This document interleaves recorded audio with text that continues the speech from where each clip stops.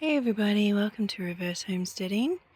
Thought I'd show you my wet little garden and how I've been looking after my new Pink Lady apple tree, which has decided to have leaves at this wintry time of the year. As you can see, it's laying down under the frost cover because when it stands up, it comes to past the strongest post that I have to hold it there. So it's really at an odd angle, but it's under there, and for the most part it doesn't touch the frost cover. You may have seen my potato leaves frosted video recently, and that's what happens if the frost covers are touching your plants. Your plants still get frosted under the frost cover. So I just thought I'd show you that. Sometimes you may need to lay your plants down. We've had a lot of wind last night, and then it rained, and I thought, well, I still don't trust. Oh, look at that. I've just said that, and my mango's touching the frost covers. Well, thankfully we didn't have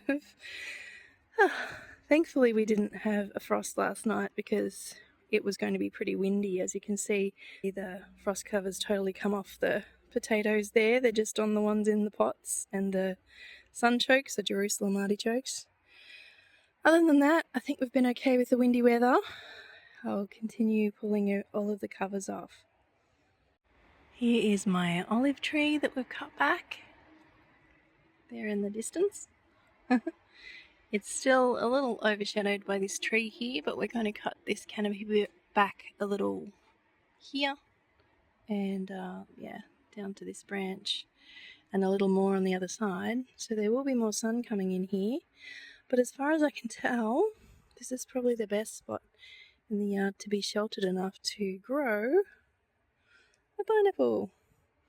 I have grown pineapples in Victoria before when I lived in the Yarra Valley, but it didn't fruit.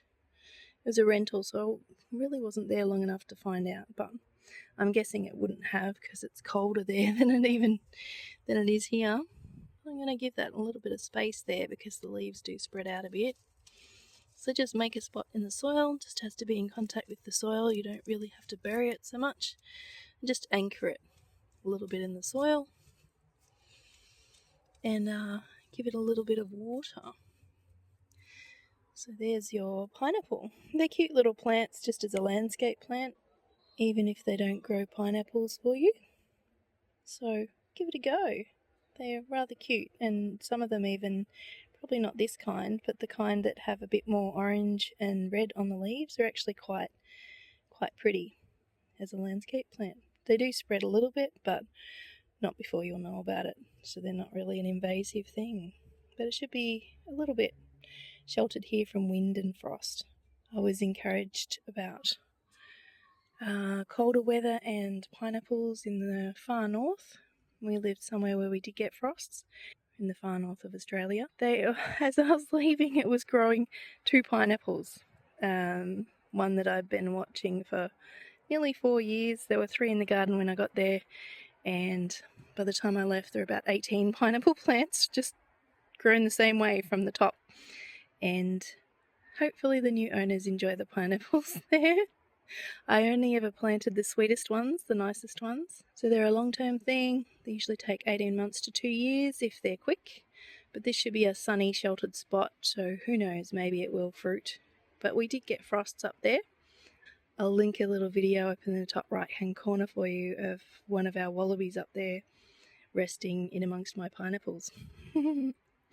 Alrighty. Not sure if you've noticed before, but these pots here are not exactly against the garden bed. Slugs and snails like to hide next to the garden bed, so I might even move them out a little bit further, but at the moment they share the frost cover here on the potatoes, and so far so good. So the fence bit, little mini fence there, keeps the possums off, and hopefully getting sunshine in between there will mean that the slugs and snails don't think they can hide there and do sluggy snaily things while I'm not looking, like breeding. Don't need that. I found something interesting this morning.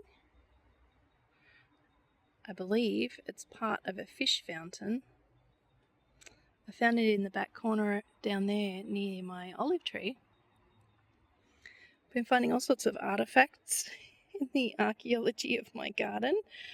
Dog bones and dog toys and things like that, balls, chunks of paint from a previous fence, that sort of thing. But yeah, this is kind of cool. We used to have a fish fountain. Well, we used to have fish fountain remnants at our place in far north Queensland, and my daughter, at her first ever house that they purchased recently, she and her husband also have a fish fountain. Theirs is copper.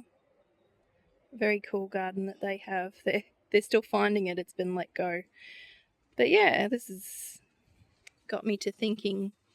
I used to want a pond in the yard, but due to grandkids and now another little grandkid, I really don't want to have any kind of hazard in the backyard, just because I'm building it from scratch and I can just do it that way, which is fantastic.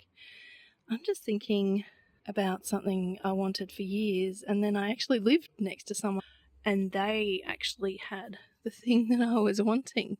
It's basically a creek bed that you build, so you get the pond liner so that it's waterproof, or God forbid plastic. I'm not sure which one's worse.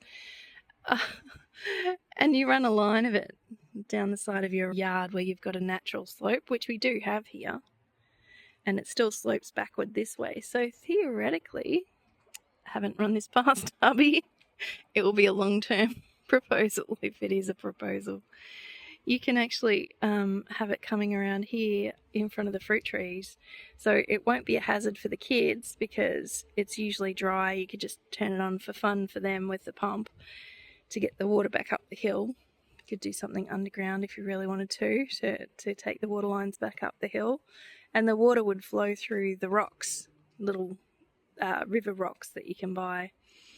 Yeah, I just think even if it's a small little section, that might just be fun for them to sit in summer when it's really hot and cool off a little bit.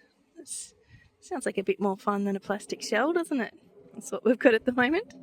So we shall see. Backyard ideas are firing now. But I guess you could put a fish fountain in there. Seems to be a bit of a thing.